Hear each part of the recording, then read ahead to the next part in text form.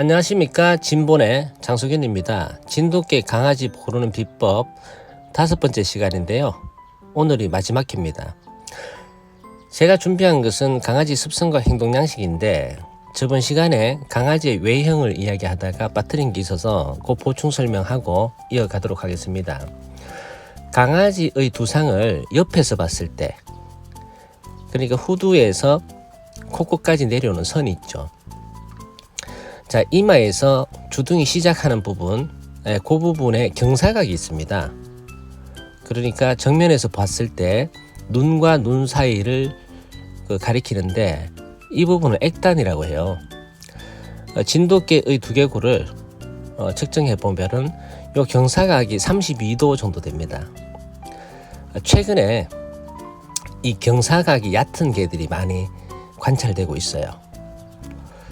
그러니까 이 경사각이 한 20도 내외 정도로, 경사각이 이렇게 얕아지면 개의 두개골이 어떻게 변형되느냐 하면은 닥스 훈트나 보르조이, 콜리 같은 액단을, 그런 두상 형태를 가지게 돼요.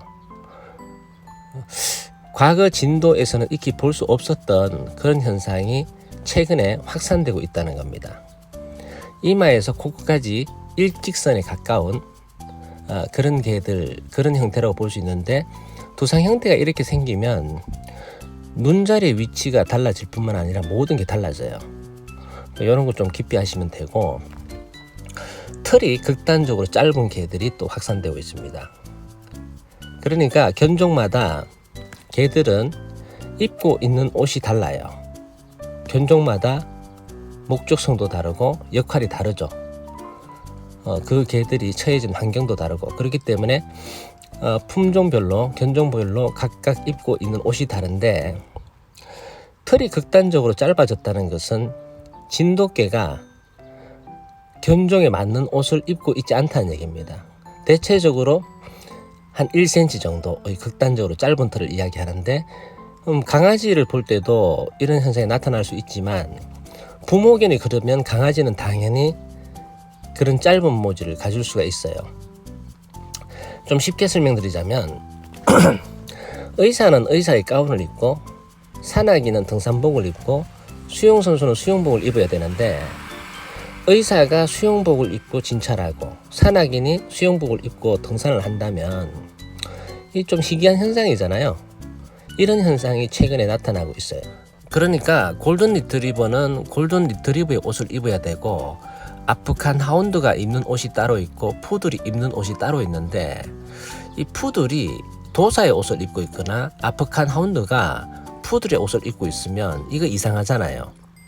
그러니까 견종의 특징, 견종의 종족적 표현이 상실된 현상이라고 볼 수 있습니다. 진돗개도 극단적으로 짧은 털을 가진 개는 진돗개 옷을 못 입고 있을 뿐만 아니라 종족적 표현이 상실되는 거죠.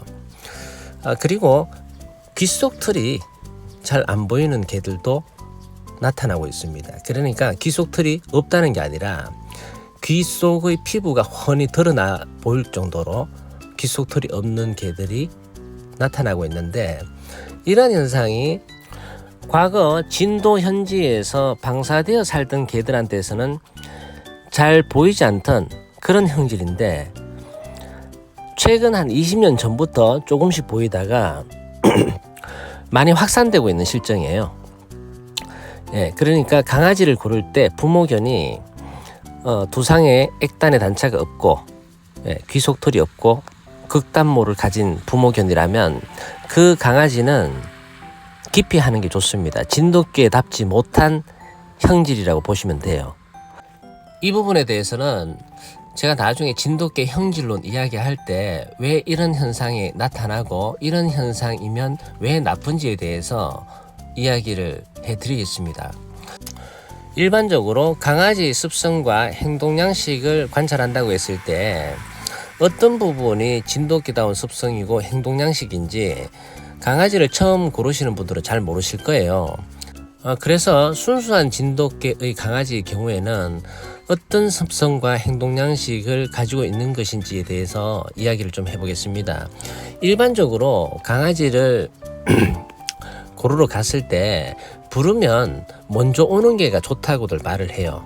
그런 강아지가 성격도 좋고 용기 있고 대범하다, 건강한 강아지다, 이렇게 말씀들을 하시는데, 그 말이 건강함을 기준으로 보면은 맞는 말일 수가 있는데요.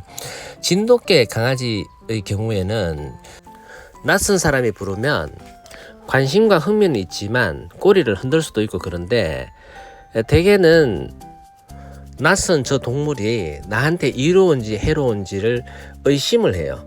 그래서 옳지 말지를 생각한다는 겁니다. 그러니까 생각한다는 자체가 중요한 거죠. 자, 요게 진돗개 강아지 습성이라고 할 수 있습니다. 맨 먼저 달려오는 개도 좋을 수가 있어요. 자, 그렇지만 사고 체계가 좀 단순한 개일 가능성이 높다, 이렇게 해석할 수도 있습니다. 그리고 이제 강아지가 이제 한 배에서 난 강아지가 4-5마리 라고 했을 때 무리지어 이렇게 노는 걸 볼 수 있는데, 그때 유심히 이렇게 관찰을 해보면 놀이를 주도하는 강아지가 있고 놀이를 무작정 따라하는 강아지가 있는데, 놀이를 주도하는 강아지가 지능이 높고 영리한 강아지일 수 있고요. 또 한편으로는 무리와 어울려서 노는 것보다는 자기의 감각으로 혼자 독자적인 행동을 하는 강아지가 있습니다. 그 순수한 진돗개 강아지한테서는 간혹 보이는 현상인데요. 이런 강아지들이 이제 자아가 강하고 독립적이고 주체적인 행동을 하기를 좋아합니다. 그리고 인간에 대한 의존성이 낮아요. 주인이나 사람을 못 믿는 것이 아니라 자기가 획득한 정보만 믿는다는 거죠. 그러니까 자기 앞에 어떤 상황이 펼쳐졌을 때 주인이나 사람 또는 동료들한테 휘둘리지 않고 자기 스스로 그 문제를 해결하려는 습성이 나타나요. 그러니까 이런 강아지들이 성장했을 때 한 무리를 이끌 만한 역량을 가진 진돗개가 될 가능성이 높습니다. 이 강아지가 무력이 좀 약하고 싸움을 좀 못하더라도 동료견들이 이 개를 신임한다는 거죠. 그래서 무리에서 핵심적인 역할을 할 수 있는 존재 가치가 높은 진돗개가 될 가능성이 높다는 거죠.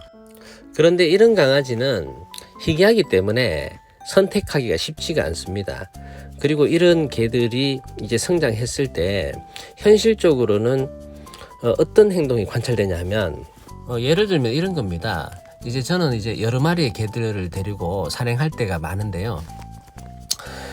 산행을 하게 되면은 진돗개들은 먹이 수급의 본능이 작동이 돼요. 사냥성이 이제 발동되는데, 개 중에서는 실제 짐승을 발견하지 못했는데도 짐승의 냄새가 난다는 이유로 짐승이 코앞에 있는 것처럼 서대고 흥분해서 행동하는 개가 있고요. 그 개의 행동을 보고 무턱대고 따라하는 진돗개들이 있습니다. 그런데 자아가 강하고 주체적으로 활동하는 개들은 무리의 행동에 휘둘리지가 않고 자기 정보만 믿는 거죠. 어떤 경우가 있었냐면은 그날도 이제 다른 집에서 온 개들이랑 제가 데리고 간 개들이랑 이제 산행을 했었어요. 근데 그 중에 어떤 한 마리가 실제 짐승을 발견하고 추적이 시작된 거예요. 자, 그런데 이 자아가 강하고 주체적으로 행동하는 개가 그 현상을 직접 목격을 했습니다. 목격을 했음에도 따라가질 않는 거예요. 그렇다면 이 개가 왜 따라가지 않았느냐를 분석하면 굳이 따라가지 않아도 나 스스로 내 혼자서도 해결할 수 있다라는 그런 자신감이 기저해 있지 않았나 하는 게 제 생각입니다. 어쨌거나 이런 개와 함께 한다는 것은 진돗개를 좋아하는 동호인의 입장에서는 행운이라고 볼 수가 있죠. 자, 그리고 이제 생후 60일, 2달 된 강아지의 짖음, 소리에 대해서 좀 이야기를 해보면, 계보가 확인된 순수성이 검증된 강아지의 경우 생후 60일 2달 된 강아지들은 잘 짖지를 않아요. 끙끙대긴 하는데, 그리고 좋은 진돗개의 특징이 있다면 잘 짖지 않는다라는 것에 있습니다. 그러니까 허투루 짖는 법이 별로 없어요. 왜 짖지 않는 것이냐 하면은 주변에서 일어나는 일상적인 일들, 주인, 사물에 대한 이해가 충분히 되어 있는 상태이기 때문에 특별하거나 급박한 상황이 아니라면 짖을 이유가 없었던 거죠. 그 동호인들이 오해하는 것 중에 하나가 진돗개는 많이 짖는 개다. 경계심이 강하기 때문에 짖는 걸 이제 당연하게 생각하고, 저보다 먼저 진돗개를 시작하신 분들도 그렇게 생각하시는 분들이 많은데, 사실상 진도 현지의 생태 환경을 보면 진돗개들이 그렇게 짖어야 할 이유가 없는 환경이었어요. 지금 여러분들이 영상으로 보고 있는 요 강아지가 생후 2달 반 정도 됐고요. 견명은 풍섭이라고 지었습니다. 일주일에 2-3번 정도 저하고 산책을 다니는 강아지인데, 요 형제들이 2마리가 더 있습니다. 그러니까 요 놈들이 지금까지 크는 동안 짖는 소리를 제가 들은 적이 없어요. 이놈들도 끙끙거리는 소리를 내긴 해요. 저를 보면 반갑다고 이제 그런 소리를 하는데, 뭐 쓸데없이 짖거나 짖는 소리를 들은 적이 없습니다. 이놈들이 저를 보고 이제 반갑다고 끙끙거리긴 하는데 아직까지 짖은 적은 없어요. 짖는 강아지나 짖는 개들을 이렇게 관찰해 보면 제가 보기에는 그렇게 짖을 상황이 아닌데 막 짖는단 말이에요. 원인이 뭘까를 분석해 보면 이런 것 같아요. 외부에서 어떤 벌어지는 어떤 일들이나 상황이 있을 거 아니에요. 또 사물이나 물체가 있는데, 자, 이것을 이제 감각 기능을 통해서 감지를 했는데, 이 감지된 정보를 처리를 못해서 지점으로 해소하는 것이 아닐까. 저는 이제 그런 생각을 해봤습니다. 그러니까 어떤 경우가 있냐면은 강아지가 가만히 있는데, 그것도 이제 여러 마리가 강아지가 있는데 그 중에서 어떤 놈은 짖고 어떤 놈은 안 짖는단 말이에요.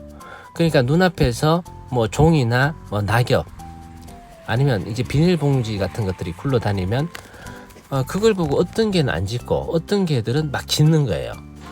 그런데 이 굴러다니는 종이 조각이나 비닐봉지가 멈춰 있음에도 불구하고 계속 짖는 거예요. 도대체 왜 짖는 것일까? 뭐 흥미로워서 놀고 싶어서 계속 짖는 경우도 있겠죠. 자, 그렇지만 제가 봤을 때는 인지 능력이 좀 부족한 게 아닐까? 그러니까 그것을 눈과 코, 귀로 이제 감각을 했을 때 저 물체는 나하고 전혀 상관없이 그냥 떠돌아다니는 생명이 없는, 나한테 해롭지 않은 물체라는 것을 인식하지를 못하는 거예요. 그러니까 인지 능력이 부족한 겁니다. 그래서 그걸 지점으로 해소하는 게 아닐까.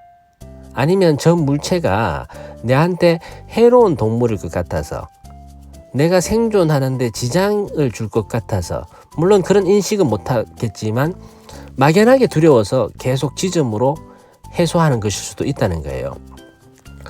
그리고 또 한 가지는 일반적인 상태는 영리하고 뭐 잘 놀고 원만한 강아지인데 헛짖기를 막 해대는 경우가 있습니다. 자, 그런 경우의 강아지는 욕구를 절제하지 못해서 나타나는 현상이라고 보는데, 이런 강아지 되게 피곤합니다.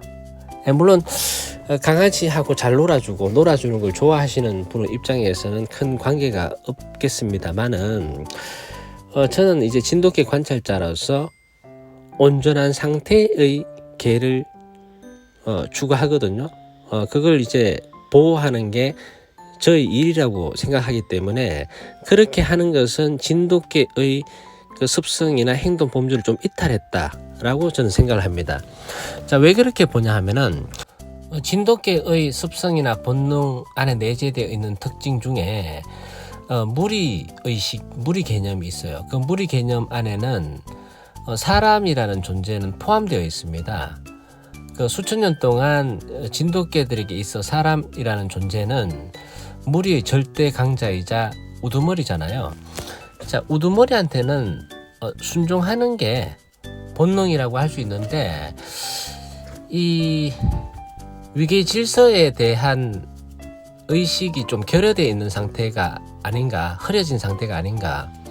그렇다 보니까 계속해서 우두머리한테 뭔가 요구를 하고 뭐 닥달하고 보채는 그런 경우라고 해석할 수가 있습니다. 그래서 진돗개로서 바람직한 습성이나 행동 양식은 아니다라고 생각을 합니다. 그리고 이제 진돗개는 이 태어나면서 이 내재된 프로그램이 있어요. 그 중에 하나가 무리를 이루려고 하는 본능을 이제 말하는 것인데, 무리를 이루려고 하는 본능이 결여되거나 상실된 개들이 있어요. 그게 어떤 행동으로 나타나는지 그 판단하는 방법을 좀 말씀드리면, 이 한 배에서 태어난 강아지가 여러 마리가 있는데 충분한 양의 먹이와 간식거리를 줬음에도 불구하고, 골고루 나눠 먹어도 충분한 양을 줬음에도 불구하고 그걸 독식하려 하거나 독점하려는 강아지가 있어요. 그런 강아지들은 옆에 형제들이 오면 막 쫓아냅니다. 예, 자기가 다 먹지도 못하면서. 이런 강아지들은 대개 사고 체계가 단순하고 지능이 떨어지는 편협한 강아지라고 볼 수 있어요. 자, 이렇게 한번 해가지고 성취를 맛본 개들, 그러니까 성복을 받아낸 개들은 똑같은 문제가, 똑같은 상황이 발생되면 항상 이런 식으로 문제를 해결하려 한다는 거예요. 자, 그런데 무리 중에 이런 강아지와 똑같은 습성과 성질을 가진 개가 있다면 치열하게 싸우겠죠. 자, 싸움이 빨리 끝나면 되겠는데 한 10분씩 피를 철철 흘리면서 이렇게 싸운단 말이에요. 그러니까 상대를 물어 죽이기라도 할 것처럼 그렇게 싸우고, 막 피부 가죽을 막 찢어 발기기라도 할 것처럼 그렇게 싸우는데, 이 싸움이 빨리 끝나면 다행인데 빨리 끝나지도 않아요. 결국 둘이 싸우다가 성부를 결정짓지 못하고 지쳐서 떨어집니다. 그러다가 이 다음에 또 눈 마주치고 오르렁거리다가 또 싸우는 거예요. 예전에 저보다 먼저 시작한 선배들은 이런 강아지들 보고 성품이 좋다, 강하다, 우수한 진돗개다 이렇게 이야기를 했는데, 참 바보 같은 평가예요. 이게 무리의식이 결여된 겁니다. 이렇게 싸우다가 이제 떨어진 강아지의 목덜미를 살펴보면 이 피부 가죽이 너덜너덜해져 있어요. 그럼에도 다음에 보면 또 싸우고 계속 이 짓을 하는 겁니다. 성부가 날 때까지 계속 이 짓을 하는데 결국 이제 성부가 났다고 해도 둘이 받은 그 상처는 치명적이죠. 주인의 입장에서는 치료를 다 해줘야 되고 병원에 데려가서 주사를 맞춰야 되고. 그러니까 제가 진돗개를 오랫동안 관찰하면서 저는 어떤 개를 싫어하냐면은 내 주머니에, 내 재산에 피해를 주는 강아지를 싫어해요. 피해를 주는 진돗개는 싫어합니다. 그리고 좋은 강아지, 좋은 진돗개들은 허투루 돈 나가게 하질 않아요. 불필요한 에너지를 낭비해가지고 주인 주머니를 털어내는 그런 진돗개는 좋은 진돗개라고 보질 않아요. 그래서 이런 거에 무리 개념이 있는 진돗개, 강아지들은 어릴 때부터 이렇게 치열하게 싸우는 법이 없습니다. 그러니까 상대방이 공격해서 물면 아프면 아프다라고 표현을 할 줄 안다는 거예요. 자, 이게 소통이죠. 이게 교감하는 것이고, 적은 에너지로 위계 질서를 빨리 잡는 것이 무리를 건전하게 유지한다는 거예요. 그렇지 않겠습니까? 그러니까 저 화면상에 보이는 강아지 2달 반 될 동안 싸우고 피 흘리고 한 10초 이상을 싸우는 꼴을 본 적이 없어요, 제가. 그냥 투닥투닥 하다가 끝나는 거예요. 그리고 한 놈이 예를 들어 제가 간식을 이렇게 하나씩 입에 물려주잖아요. 예를 들어 이 오리 말린 거 이런 거 이제 주면 한 마리씩 나눠주면 한 마리가 다 먹었잖아요. 그러니까 다른 놈한테 가서 다른 놈 먹고 있는 걸 이제 뺏지를 않아요.